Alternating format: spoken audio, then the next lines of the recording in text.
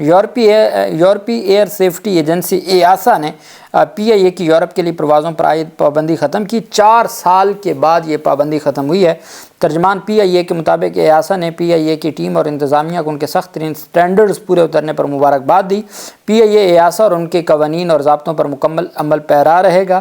ترجمان نے کہا کہ PIA انتظامیہ نے گزشتہ 4 سال کی انتھک محنت کے بعد یہ اہم سنگ میل عبور کیا۔ PIA کو تباہ کرنے میں بھی بہت انتھک محنت ہمارے پورا ماضی میں لے کے آج تک جاری ہے۔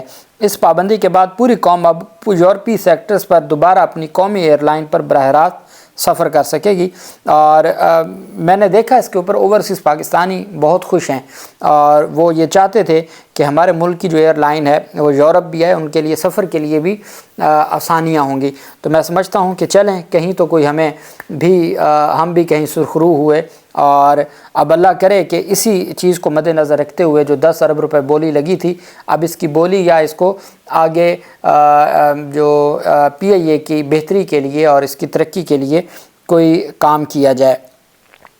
اب ہم آ جاتے ہیں پاکستان تحریک انصاف کے آج کچھ کارکنان کو جسمانی ریمانڈ ختم ہونے کے بعد آج عدالت میں پیش کیا گیا تھا، اور عدالت میں ان کا جو آپ کو اندازہ ہے کہ ایک FIR درج ہوئی ہے اسلام آباد میں بشرا بیگم، علی امین گنڈا پور اور باقی قیادت کے خلاف 18,000 اس میں ملزمان کو رکھا گیا ہے۔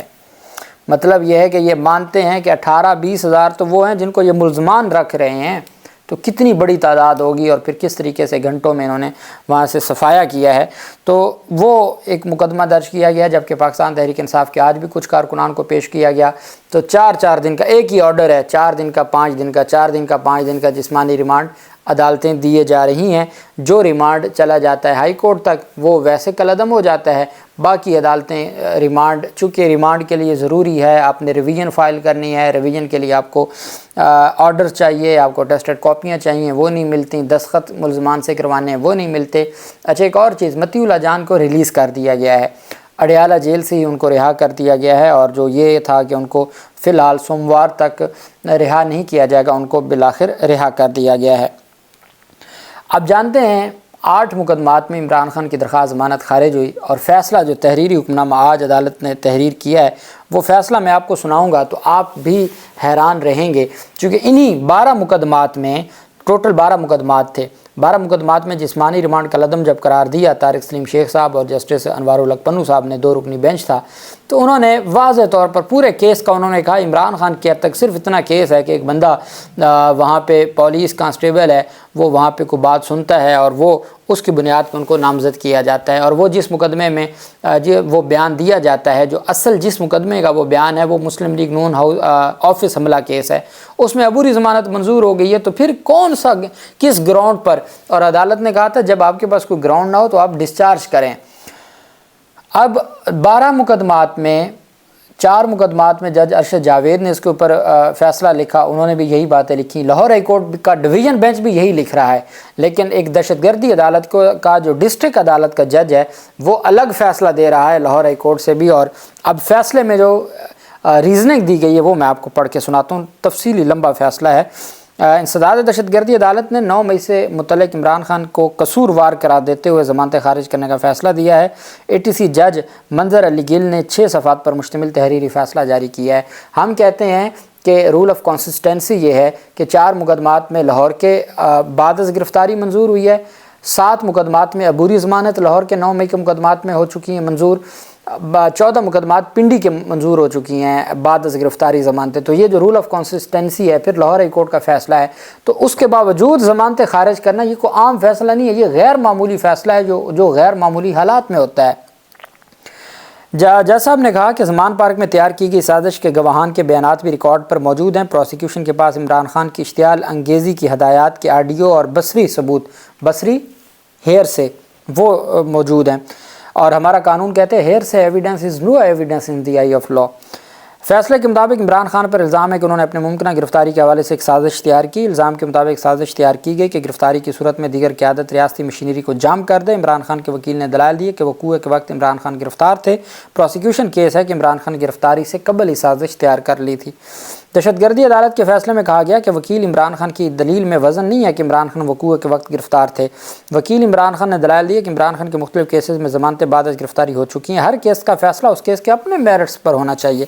فیصلے کے مطابق موجودہ کیس سازش یا اشتعال انگیزی پر اکسانے کا کوئی معمولی کیس نہیں ہے۔ پروسیکیوشن کا کیس ہے کہ عمران خان نے ملٹری تنصیبات پر حملوں کی ہدایت کی اور سازش تیار کی۔ عمران خان کی ہدایت پر نہ صرف لیڈران بلکہ ان کے کارکنان اور حمایتیوں نے بھی سختی سے عمل کیا۔ تحریری فیصلے کے مطابق لاہور ہائی کورٹ نے اعجاز چودھری کی ضمانت کے فیصلے میں سازش کے حوالے سے عمران خان کے کردار پر بحث کی ہے۔ وکیل عمران خان نے اعتراض اٹھایا کہ مبینہ سازش کی کوئی تاریخ، وقت اور جگہ متعین نہیں ہے۔ پروسیکیوشن کے مطابق زمان پارک میں 7 مئی اور 9 مئی کو اس سازش کو تیار کیا گیا۔ عدالت نے تحریری فیصلہ میں لکھا کہ پروسیکیوشن کے مطابق خفیہ پولیس اہلکاروں نے خود کو پی ٹی آئی ورکر ظاہر کرتے ہوئے اس سازش کو سنا تھا۔ دہشت گردی عدالت لاہور میں عمران خان کو قصوروار قرار پاتی ہے۔ عمران خان کوئی معمولی آدمی نہیں ہے۔ ان کی ہدایات اور بیانات کی ان کے حامیوں کی نظر میں ایک قدر ہے۔ وہ کوئی عام آدمی نہیں ہے۔ وہ جو بیان دیں گے اس کی اہمیت ہے۔ عدالت نے کہا کہ Imran Khan P T I کی دیگر قیادت نے عمران خان کی ہدایات کو مسترد کرنے کا سوچا تک بھی نہیں۔ پولیس کے مطابق 11 مئی کو پولیس اہلکار پر تشدد سمیت ایسے بہت سے واقعات رہنما ہوئے۔ پولیس کے مطابق تمام واقعات میں ملٹری تنصیبات، سرکاری اداروں اور پولیس اہلکاروں پر حملے کیے گئے۔ اس بنیاد پر عمران خان کی ضمانت خارج کی جاتی ہے۔ آج تحریری حکم نامہ ملا ہے اور سوموار کو درخواست کی جو لاہور ہائی کورٹ میں درخواست ضمانتیں دائر کر دی جائیں گے۔ ایک بڑی ہم اکثر بات کرتے ہیں ہمارے مقبوضہ کشمیر کے مسلمان ہیں، ہمارے فلسطین کے مسلمان ہیں، تو جب بھی اسرائیل کے خلاف دنیا میں کوئی کام ہوتا ہے تو مجھے تو دلی ٹھنڈک ہوتی ہے کہ، اور ہماری تو ہر وقت یہ دعا ہے اور کوشش ہوتی ہے کہ یہ ظالم تباہ و برباد ہو جائیں۔ 60 اراکین پارلیمنٹ، برطانیہ کے 60 اراکین پارلیمنٹ نے اسرائیل پر پابندیوں کا مطالبہ کر دیا ہے۔ برطانوی ارکان کے پارلیمنٹ نے وزیر خارجہ ڈیوڈ لیم کو خط لکھا جس میں کہا گیا کہ عالمی قوانین کی خلاف ورزی کی جا رہی ہے اور اسرائیل پر پابندیاں لگائی جائیں۔ 9 کلومیٹر نئی ملٹری ڈیوائڈنگ لائن کی تعمیر۔ دوسری جانب غزہ میں نئی یہودی بستی قائم کرنے کی تیاری شروع ہو گئی ہے جس کی اطلاع برطانوی میڈیا نے دی ہے۔ شمالی غزہ میں 9 کلومیٹر نئی ملٹری ڈیوائڈنگ لائن کی تعمیر کی جا رہی ہے جبکہ بحیرہ روم اور اسرائیل کی سرحد کے درمیان سینکڑوں عمارتیں منہدم کی جا چکی ہیں۔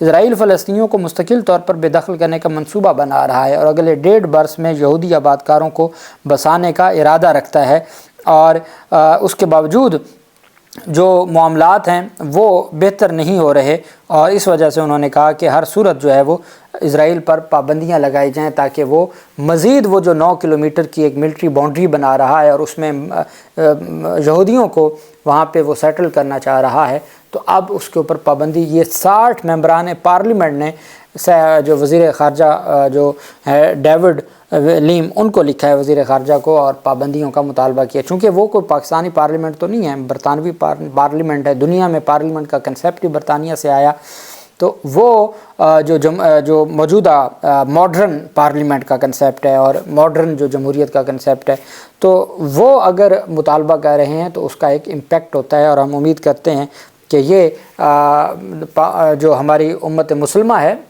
عرب کنٹریز ہیں یا ترکی ہے، پھر پاکستان ہے، یہ کو اپنا کردار OIC کو کردار ادا کرے گی اور ان ظالموں کو کوئی رکاوٹ ڈالے گی کہ یہ مزید اس میں جو آبادیاں بنا رہے ہیں فلسطین کے رقبہ میں، اس سے روکا جائے۔ اللہ پاک پاکستان کا حامی و ناصر ہو۔ بہت شکریہ۔ اللہ حافظ۔ پاکستان زندہ باد۔